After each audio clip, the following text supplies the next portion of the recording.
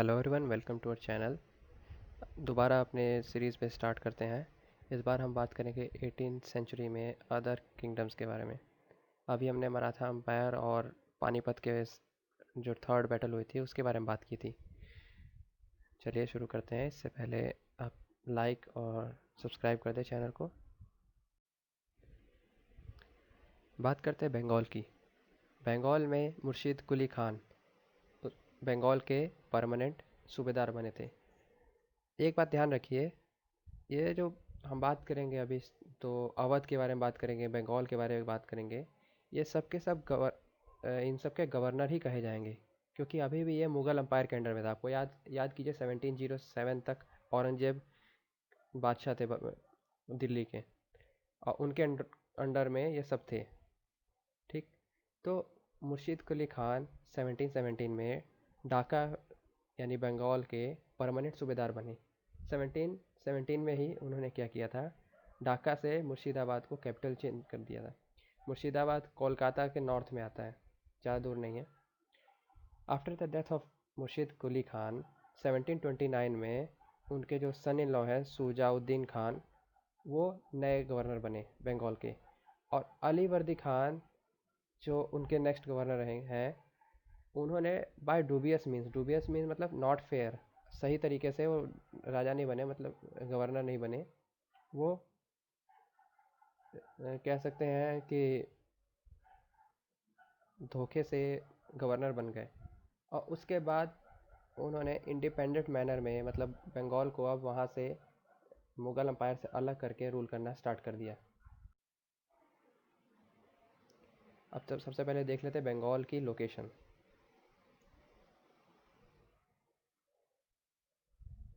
देखिए, ये जो एरिया दिख रहे हैं आपको, ये है बंगाल।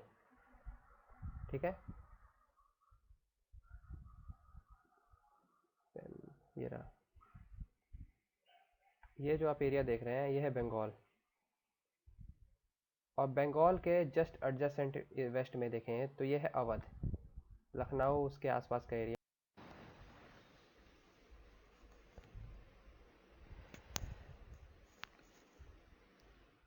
तो अली वर्दी खान जो कि अब गवर्नर बन चुके थे, उनको बार बार मराठास ने इन्वेड करके परेशान किया। मराठाओं की स्ट्रेटजी ये रहती थी कि वो हमेशा अटैक करते थे अचानक से स्टेट्स पे, और उनके गवर्नर या फिर जो भी राजा है वहाँ के, उनको कहते थे कि या तो आप हमें पैसे दीजिए या फिर हम आपके स्टेट को अपने कंट्रोल में कर लेंगे।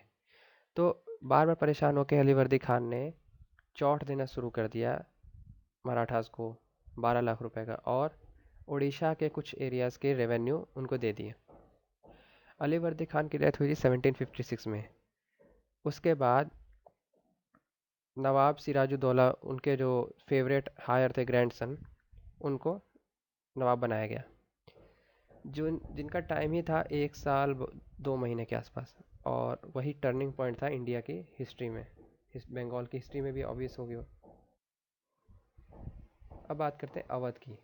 अवध मैंने बताया था आपको बंगाल के वेस्ट में है। ठीक। तो अवध जो किंगडम पहले ये मैं मराठा कह रहा हूँ, मुग़ल किंगडम के अंदर ही आता था, मुग़ल एम्पायर के अंदर।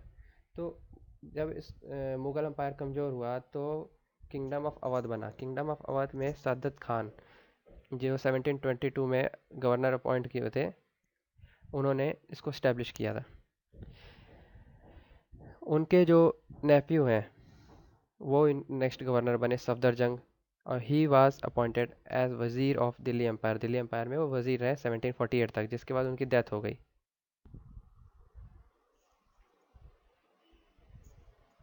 गुरु गोविंद सिंह और औरंगजेब के बीच में जो पावर स्ट्रगल चली उसके बारे में आप सबको पता है, आपने जितने पिछली मेडिवल हिस्ट्री पढ़ी है। तो 1708 में गुरु गोविंद सिंह की जी की डेथ हुई थी।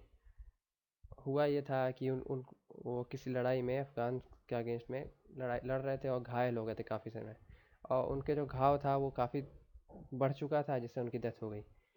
गुरु गोविंद सिंह जी के डेथ के बाद बंदा बहादुर वहाँ पे उनके जो शिष्य थे वो लीडर बने, और उन्होंने बहुत सारे सिखों को इकट्ठा किया, और जो सतलुज और यमुना इसके बीच का एरिया कैप्चर किया। अब सतलुज और यमुना के बीच में कुछ पार्ट हरियाणा के आते हैं, कुछ सदर्न पंजाब के, जिसमें मालवा वगैरह, मालवा और अम्बाला जैसे कुछ सिटीज़ आती हैं। 1750 में जब गुरदासपुर में लड़ाई हो रही थी, तब उनके किले को घेर लिया था ओपोनेंट्स ने, और फिर उनको वहाँ से भेज दिया गया दिल्ली बंदी बनाकर, या फिर आप कह सकते हैं कि वो वहाँ से उनकी हार हुई थी। उसके बाद कुछ समय तक पंजाब में यूँ समझिए कि कोई बड़ा लीडर नहीं रहा। थर्ड बैटल ऑफ पानीपत के बाद जब इंडिया में पॉलिटिकल टर्मोइल आया था, तब सिखों ने एडवांटेज लिया इसका, और उन्होंने अपने आप को इकट्ठा किया, रीऑर्गेनाइज किया, और अहमद शाह अब्दाली को बहुत परेशान किया। तो थर्ड बैटल ऑफ पानीपत में मराठास को हराकर जब अहमद शाह अब्दाली जा रहे थे, तो उनको सबसे ज़्यादा परेशान सिखों ने ही किया था। महाराजा रंजीत सिंह सिखों के बहुत ही बड़े लीडर हैं। उनको शेर पंजाब भी कहा जाता है। कारण ये था कि मैंने आपको बताया था कि पंजाब में लीडर्स की कमी थे, लेकिन वो कोई बड़ा लीडर नहीं रहा।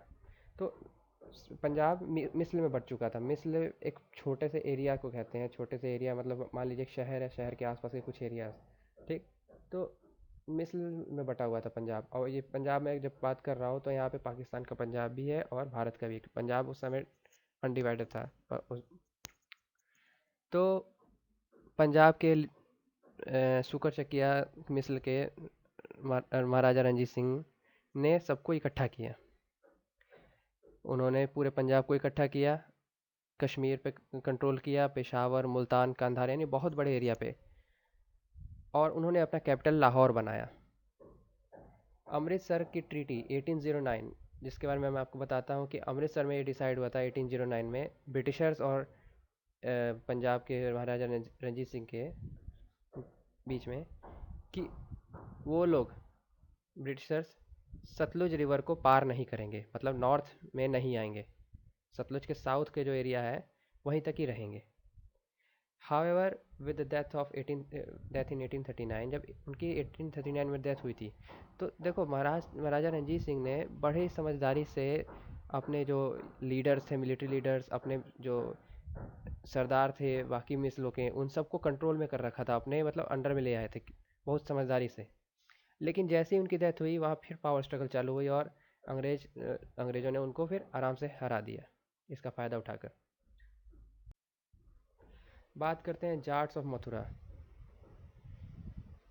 जब औरंगजेब की डेथ होने वाली थी, मतलब उसके क्लोजिंग रीन में, तो कुछ जाट्स का जो समूह था वो इकट्ठा होकर आगरा और दिल्ली के गांव में रॉबरीज किया करता था। और मोस्टली शहर में भी चले जाया करते थे, और इस तरीके से उन्होंने अपनी पावर बढ़ाई। लेकिन सवाई राजा जय सिंह, ये वही हैं जयपुर वाले, जिनके आप हवा महल के बारे में और जयपुर के नाम इन्हीं से है, इनके बारे में आपने सुना है। तो सवाई राजा जय सिंह, उन्होंने इनको कंट्रोल में किया, जाट्स को 1721 में, और उनके जो स्ट्रॉन्ग होल्ड थी पूरी तरीके से उनको ख़त्म कर दिया। बाद में बदन सिंह, जो यही जाट्स के एक लीडर के रूप में इस्टेब्लिश किए, जिन्होंने खुद को, उन्होंने बड़ी मुश्किल से अपनी लाइफ में कुछ बहुत से ट्रबल्स को झेल कर आगरा और मथुरा में अपना फिर से एम्पायर खड़ा किया। बाद में उनकी डेथ हो जाती है 1756 में। इसके बाद उनके अडॉप्टेड सन सूरजमल, उनको किंगडम का भार मिलता है, तो उन्होंने भरतपुर किंगडम को डिस्ट्रिक्ट ऑफ आगरा, ढोलपुर, मैनपुरी से लेके मथुरा तक, यानी कि ये आप कह सकते हैं दिल्ली के आसपास के एरियाज़ जो हैं, सदर्न एरियाज़, वहाँ पे एक्सपेंड किया। वो ग्रेट वॉरियर्स थे, बहुत अच्छे लड़ते थे, ठीक है, और स्टेट्समैन थे, मतलब वो उनका उनकी समझदारी अच्छी थी पॉलिटिकल मामलों में। उनकी भी डेथ होती है 1763 में। तो तो ये तो कुछ ब्रीफ अकाउंट्स थे, छोटे छोटे जो एम्पायर, जो छोटे छोटे किंगडम बन चुके थे उसके बारे में। अब अगले वीडियो में हम मराठा किंगडम के बारे में बात करेंगे। और इसी के साथ थैंक यू।